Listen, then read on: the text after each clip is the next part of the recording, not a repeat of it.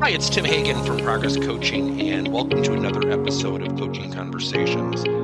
And I wanted to make you aware of something very cool that we're doing on a subscription basis, and we'll put a link in each one of our episodes. But every Wednesday, we're going to be doing what we call an audio podcast workshop. That workshop will be roughly about 14 to maybe 20 minutes per episode, with each month having a theme from a coaching model, using feedback strategically, to coaching self-awareness, and so on. So if you could look in the body or in the content description of each episode, and you will see a link where you can join this subscription. These are literally 4 workshops every month teaching specific strategies to address a particular area of workplace coaching as it relates, again, to things like awareness, motivation, teamwork, and what have you. Here's the cool thing. It's only $10 per month, and each month you will get a handout that we will follow along with. So we also give you a tool for you to take notes as we go through each episode. We hope you'll check it out. Hi, everybody. It's Tim Hagen from Progress Coaching. In today's podcast, we are interviewing a special guest by the name of Mike Carroll from Intelligent Conversations. And today we're going to talk a lot about sales and sales leadership and all the changes that are going on in the world. Hi, Mike. How are you? I'm doing great, Tim. Thanks for having me. Cool. Give us a little bit of your background. We've obviously known each other a while, and we're lucky enough to own a vacation condo together, and we still haven't figured out if we compete, so we're not really intelligent guys, but we're not that smart. I think we run into each other every now and then, but it's all good. I think you've won most of the time, so maybe that's why you're hosting and I'm not. That could be true. So give us a little bit of background for our audience. Talk a little bit about how you got into the business, your background, sure. Your areas of focus. Yeah, so I went to the University of Wisconsin, was an English lit major. Like many Big Ten grads, I quickly migrated to Chicago, started out in advertising, worked for a small ad agency, was hired as a copywriter, quickly learned that while I'm a good writer, my writing skills, the gap between like my skills and a really great agency writer was pretty substantial, but my boss recognized Mike has at least 2 suits and he can talk in complete sentences. Let's put him to the account side. So I was on the creative side of the agency for like a month and then became an account exec. And, that was the beginning of my sales career. Before starting my consulting company, I worked in advertising, banking, and software.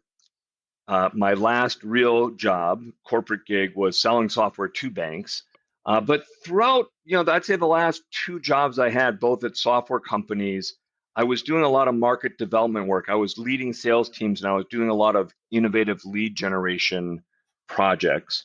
And so the start of my company was, I had another job at a software company, but my old team members were calling me saying, Mike, can you help us with this lead program? So I almost set it up as like a side hustle where I would do list analysis and I would do lead generation programs for some of my old employees. And then I met somebody from American Express. They had a time-sensitive project that I couldn't do on the side hustle. It wasn't a nights and weekends kind of project. I had about a month and a half to do this major project.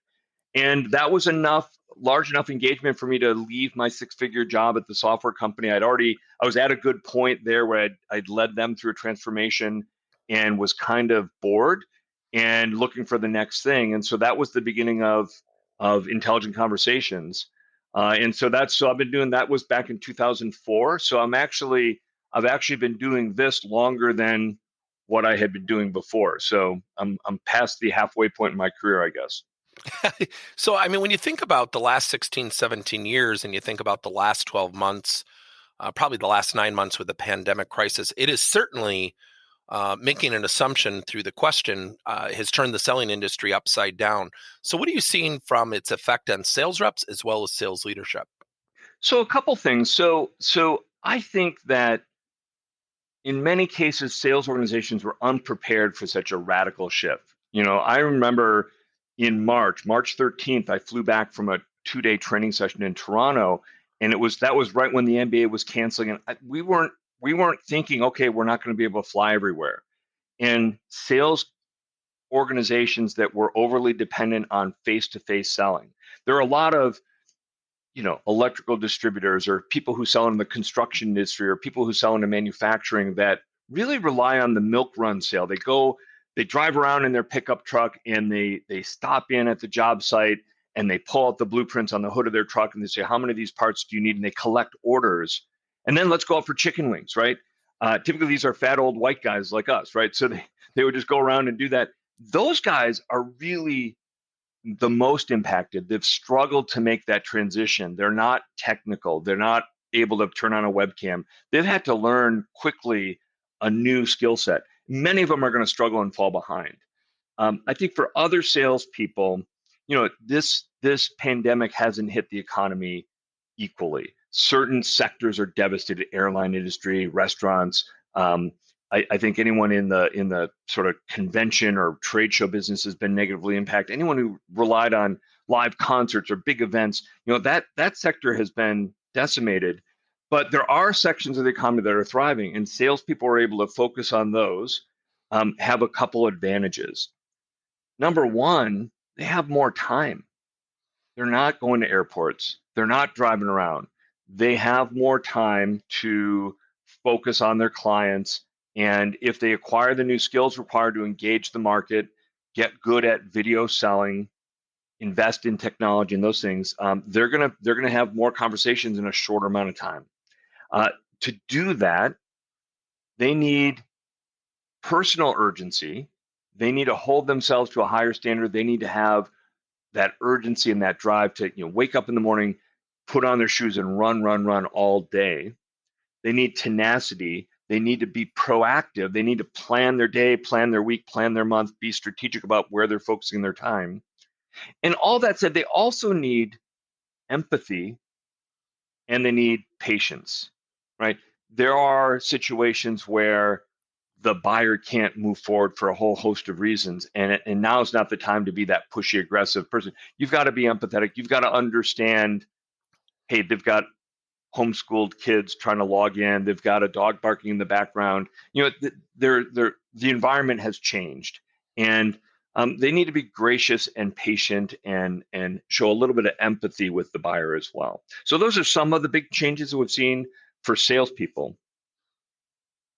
As What are you far seeing as with sales leaders? What are you seeing with sales leaders? So for sales managers, right, and this is a broad topic, but I think sales managers who were overly reliant on got a minute coaching, ride along coaching, stop in the hallway, how'd that deal go coaching. When you're now working virtually and you're not running in, you don't have those collisions in the hallway. Um, they're having to change how they coach. And just on that, and you and I have had this conversation, most sales managers aren't coaching enough. Many sales managers don't coach at all, and if they do coach, they're coaching on the wrong things. What we see is managers who focus on tactical issues. The coaching conversation consists of, let's pull up the CRM, let's look at your sales pipeline, let's look at what's closable this week, this month, depending on your sales cycle. That'll drive the time frame they're looking at. How can I help you? Many companies will promote their top producing salesperson, make them the sales manager, which is usually a disaster, right? Because you lose your top producer and then you have a mediocre manager who doesn't know how to do that job and makes all sorts of mistakes. And they assume, well, everyone should do it like I do. And then instead of coaching and developing their team and getting their team to think for themselves, they become almost dictatorial, and they just do it this way. Here's what you need to do. Bring me in at that point. And instead of developing a flourishing sales organization, they're really building an extension of themselves. And they're having their salespeople engage the market and bring opportunities to a certain point in the sales process. And then they swoop in and close it. In the near term, that can be okay. That'll move the needle. So from a CEO's perspective, it may look like, hey, things are going great. We promoted Tim. He's a great sales manager. Look at him. Sales are up. Eventually, you hit a point of diminishing returns. That you can only do that for so long and with so many people. And your top producing salespeople or your high potentials, who with the right kind of coaching could become your top producing salespeople, they're not going to stick around. They're going to get frustrated. They're going to be like, why am I working so hard so this manager can come take that deal from me? So, when we work with sales managers, we spend a lot of time changing the coaching conversation, changing how they focus on it, working on role play, working on situational coaching, understanding and observing the patterns, right? If you're only looking at it deal by deal and what can I close right now, you never pull back enough to see the patterns that emerge when you coach them consistently over time. So, for example, we have, and when we work with our clients, we take a data-driven approach. We look at a whole set of competencies and then teach them how to coach to those competencies. There are salespeople who are uncomfortable talking about money, and they'll avoid it at all costs, and they'll not monetize the compelling reasons to buy during the discovery process, and they'll avoid exploring budget topics and talking about the investment required to implement the product or solution, right? And managers who are only focusing on a deal and how can I help you close this may miss the fact that that salesperson just got to the point where they should have brought up money but didn't. And rather than saying, okay, well, in that moment when it was time to talk about, do they have the money, can they afford this, or it's time to give them a price range, did you ask them? When you asked them, how did that sound? Why didn't you ask them? The next question is key. Did you not ask them because you didn't know that's what you were supposed to do? You didn't think you were there in the process? Or were you uncomfortable in some way? If they didn't know that was where they were in the process, that's relatively easy to coach. Say, okay, well, let's role play that. Let's practice that. Here's what I would say. Now you play it back for me. If it's, no, I knew I should ask, I was a little uncomfortable doing that. Now we have to start working on their money concept and other things. And it's that pattern recognition that we see as the downfall of a lot of coaches who are only in the pipeline. So how do you go about finding out what those are? Do you use assessment tools? Do you do interviews? How do you go about assessing that? Because when you look at some of the data, and I used to always love an organization by the name of CSO Insight. When you go into a sales organization, you ask everybody, you're going to hit your numbers. Nobody ever raises their hand and said, not me, I'm terrible at negotiation. I mean, we know they're out there, but they always report about 48 to 52% of all salespeople typically don't hit their quota. So we know there's an opportunity. I think it's worse. I heard the stat I saw there was like 57% of salespeople. But yeah, we're in the same neighborhood. But yeah, it's in that neighborhood. So what do you do? What does an engagement look like? How do you help organizations? What do those steps look like? Where do you start? So so it's a combination, right? So when we first work with an organization, a lot of information is gathered even in our sales process as I'm talking to the CEO. I need to understand the CEO's background, how they think of the sales organization. So for example, a CEO who's got more of an operational focus, they treat sales like they're setting up a machine cell on their manufacturing floor. They think it should be a process and it should go from A to B and B to C, and it should just kind of flow through a logical step. You've been in sales long enough to know sales almost never go that way. It's going to take a real circuitous route, and you'll have to figure out, okay, how do we do with that? So first step is me understanding the CEO's relationship to the sales organization, how they look at sales. And a lot of that's driven by their background. The next thing I want to do is understand what are the leading and lagging trends? Are they hitting their numbers? What impact are the managers having on the team? How are they organized? How are they compensated? How are they held accountable? All those types of questions. And that's all in before we even engage. When we engage, I say, listen, the first thing we're going to do is we're going to set a benchmark. We want to understand where your team is today. What are their skill sets? What are their competencies? Where are there opportunities for improvement? We want to know, can they get better? How much better can they be? What's it going to take to get there? How long is that going to take, right? And that's the very first thing. So we do about a month-long study. There's some interviews, but there is a whole set of assessments. And we have assessments for salespeople, sales managers, VPs of sales. We even have a leadership assessment. We'll sometimes measure the whole leadership team. And we have different variations. So we can measure. Some of our clients have fairly technical products. So we'll have a sales engineer or like a someone who's not in sales, but they're often in sales conversations. Like for a technology company, maybe like the network engineer who you have to bring to the conference room because somebody might ask a question that the salesperson can't answer. This person shouldn't be measured by the same standard as a salesperson because they'll do awful. But we need to know, are they able to adapt in those situations where they're sitting around the conference table or now on the Zoom call and they're asked to talk? Can they tune in and kind of do it enough, right? So we gather all that data, takes a couple weeks, then we put together a detailed report, and then typically we're presenting a 3 or 4 hour summary meeting with the CEO, and we map out the potential of what that sales organization needs to do to transform. And we collaborate with the CEO and build out a roadmap. Our typical program, it's here's the thing. I think a lot of companies have checkbox training. And what I mean by that is oh, we need some sales training. Check. Okay, we hired somebody.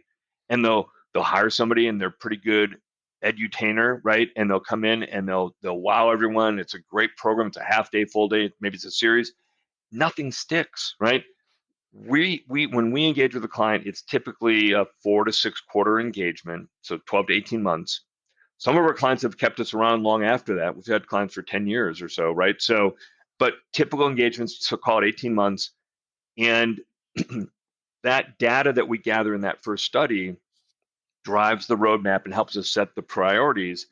And then we go about executing. And typically, we're asking our clients to kind of commit in 6 month increments, and we'll start to facilitate change. And I tell CEOs, if you're not getting value, you can fire me at any time with 30 days notice. Give me 30 days to kind of bring it to a logical conclusion, and nobody fires us, right? We're typically, driving enough value that they keep us around. So that's how we start with that data, and then that data, one of the first areas we focus on, back to sales managers, one of the first areas we focus on is teaching them how to be a sales manager. Most companies don't. There's not a playbook or there's not a rule book for this is how you manage, and so what happens is you get these guys or women who were high functioning salespeople, and they just kind of do what they know and expect everyone to sell like they did. Not everyone does, right? So we want to teach them how to have a coaching conversation, how to coach consistently, how to set a culture of accountability, how to motivate their team and understand that not everyone's motivated like they are or motivated the same way.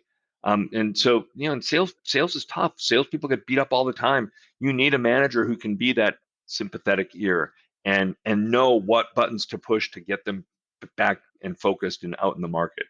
Well, and Um, I was just reading something that I thought was interesting because you mentioned the term, mapping out a sales organization and their transformation. And you mentioned, the process that you go through and the strategies in terms of engagement. McKinsey just reported, and I'm probably going to butcher the number, but I know it was in the high 60th percentile. I think 68% of buyers today, B2B buyers, are actually saying, you know what, I'm liking this new virtual world. I like buying like this. I don't have to meet with salespeople. And as I told you before we got on today's podcast, a CEO actually called me and said, I'm really concerned because this is not going back to the old normal, much like you stated earlier, Mike. So almost 7 out of 10 B2B customers are now saying, this virtual thing's great to buy. What changes is that prompting not only leaders, but salespeople? What are the changes they need to make to really adapt to this new virtual world? so a couple things. So I think it's a great point, and buyers are saying that because it is more efficient and it's a better use of their time. And to be able to play in that space, salespeople have to adapt. And part of that adaptation is a technology play. So all the money that companies were investing in mileage, airfare, hotels, and even other like trade shows and new trade show booths and that kind of stuff, put that money in technology. Get your team set up so they have a nice green screen background, and they have a nice webcam, and they have nice lighting, and they have a good microphone. It's different. It's the skills required once you meet that technology threshold. The skills required for salespeople to build rapport on a video call are different. They don't have the benefit of taking somebody out to lunch and buying them the shrimp cocktail and say, "Hey, get another one." Go ahead, right? The, and I think that's part of why buyers are like, "Look, I don't need all that. I don't want to, go out for fancy lunch. If I want a fancy lunch, I'll go get a fancy lunch. I don't need that." And so I think the salespeople rather have to do a better job of quickly establishing rapport, having good energy on the video, having good presence, being able to quickly on the fly adapt, be able to pull up a mural whiteboard and whiteboard, right? And most people don't know how to do that, or be able to, understand whether or not their camera's on, whether or not they're muted, how to share their slides, how to do a live demo. These are all skills that are learnable, but a lot of salespeople struggle and fumble through that. The ones who master it quickly and then build in follow up. So you and I both use the tool BombBomb, right? And Hmm. so that's a great, we use it to engage the market, but we also use it as a follow up or as a reminder. It stands out because it's an asynchronous message, but they get to see that salesperson's face again, and you get the same video presentation that they had on the Zoom call or whatever meeting platform you're on. So I think there are new skills to build that rapport. Starts with technology, and it also starts with having good video presence and good energy on those sales calls. Well, and I think about just that, you and I've talked for 10 plus years. And, when we do our training and I don't do some of the work that you do, but even employees, non salespeople, when you mention something, the dreaded R word, role playing practice, Right. everybody rolls their eyes. And it's really interesting because I'd say about 60 days ago, I was on a call and it wasn't a sales call, but it involved the VP of sales and the CEO was in the session as well. And he kept pulling out his phone and you could see the top of his head. And he lost sight that he was on camera. It looked awful. Wow. And the Yeah. CEO's latest, comment was to me was, "Are we doing this in front of our customers?" And I said, "Probably, because this is new. As you and I are doing this podcast, we're looking at each other in a camera. Sales reps aren't used to that. They're Right. used to sitting back, relaxing. So, what are some of your thoughts as we go into this new virtual world, but also as it relates to the value of practice?" So most companies don't do enough role play. Most companies that do role play do it wrong. What we see all the time, and so you and I have a similar preamble when we set up a role play situation. It's like, look, this isn't about you. This is about the person in the role as a salesperson. If you're playing the role of the customer, this isn't your therapy session. You can't amalgamate all the horrific things that have happened. We all have our battle scars that we can talk about some other time. In the moment, be a reasonable proximity of what a real conversation is going to look like. And if you're in the observer role, what we see salespeople do all the time is they insert themselves in the role play Yep. and they jump in and they say, oh, what I would have done Right. when you said this, I would have said that. And the poor person in the hot seat who's trying to awkwardly go through a fictitious scenario doesn't get any valuable feedback. They hear other people's opinions of what they did wrong. And so, you know, we'll talk about make it about them, catch them being good. My wife owns a preschool, and I've often joked if you did a Venn diagram of 3 and 4 year olds and salespeople, there's significant overlap. I mean, let's be Hmm. real. So a preschool classroom management technique that I learned from my smarter wife is catch them being good. Hmm. Catch them being good. So instead of, oh, why did you do this? Or you should have done that. Or what I would have done, say, you know what? I loved the way you opened the call. I love the fact that you asked a good open ended question. That was awesome. I loved how you listened and then asked a follow up question. Find the 4, 5, 6 things that they did really well to build them up. Then, if you want to pivot to, if you're open to the feedback, here are a couple awesome opportunities to improve. I was surprised you didn't go this direction when they offered that. Or did you hear them say whatever the scenario was? And sometimes it's really clear, no, they didn't listen, so they missed something, right? But they're much more open to that feedback if you set them up with, here's what you did well. So just like Johnny in the classroom throwing blocks at Susie, instead of don't throw blocks, it's Johnny, I like how you're stacking your blocks so nice. It's the same thing Hmm. with salespeople. Catch them being good, and you'll get better outcomes. Along those lines, Tim, and we've talked about this, and back to technology. One of the tools that we use allows sales managers to analyze calls or analyze role play. And you can look at you get a transcript, you can look at all sorts of interesting data. I did a webinar about this with Sales and Marketing Management Magazine a couple weeks ago, where we talk about the different um, analytics you can get. You can look at talk time, you can look at number of questions, you can look at where in the call questions were asked. But even for role play scenarios, you can record it. And you, because we're virtual, we're not all at a sales meeting. We're not breaking into groups of 3 and it's a big cacophony in a big conference room. No, you can say, hey guys, I've set up this platform. Before the end of the week, I want you all to take a turn, go do role play and record it, and then I'll review it a week later, right? And so you can take advantage of that asynchronous communication platform and use that. And quite frankly, people can practice now more than ever. And I love what you said. And I know the tool that you're alluding to, and the way you do keyword searches and can find, where in sales interactions people have strengths and certainly areas where they can improve. The other thing is that I loved is your feedback. We call them feedback progressions. Help people feel good about getting better. And I loved what you said about the person who's playing the role. In that situation, I would do this. I also find the salespeople will do that. Well, in that situation, I would say this, and I always remind them, no, you're in the situation now. And they tend to Yes. forget. It's kind of like Yes. someone on Broadway. You can't stop a play in the middle and say, well, in rehearsal, I did that a lot better. I mean, Right. you Right. can't Right. Right. make up those rules as you go. No, we talk about that. Yeah, the one of the rules we set up is, hey, you've got to stay in character. You can't, because it's sometimes easier for salespeople to talk about what they would do. And it's like, no, you don't understand. And you and I have similar styles. Like I'll be in I'm doing a lot of Zoom calls with sales teams and helping run sales meetings, and someone will ask a question, and I'll immediately jump into role play. Okay, well, let's do it. And I just boom, and it sometimes catches them off guard, and they're like, I'm like, no, we're in role play. You're the customer. You get the easy part. Do you want the hard part? Right. No. Okay, so stay in character. Well, and I think as we go to that virtual world and the value of practice. And as you and I are very comfortable, I think about my friend Dave Stevens at InPro, the director of coaching. 15 years ago, we would role play in front of people. We'd go out to lunch and role play, and building that healthy relationship, especially with role playing and practicing, because we can't shoot from the hip. We can't read body language. We don't know someone down the hall that we can pick their brain because we know somebody inside the organization. We're kind of isolated in a positive way, because I love that you use the word efficient.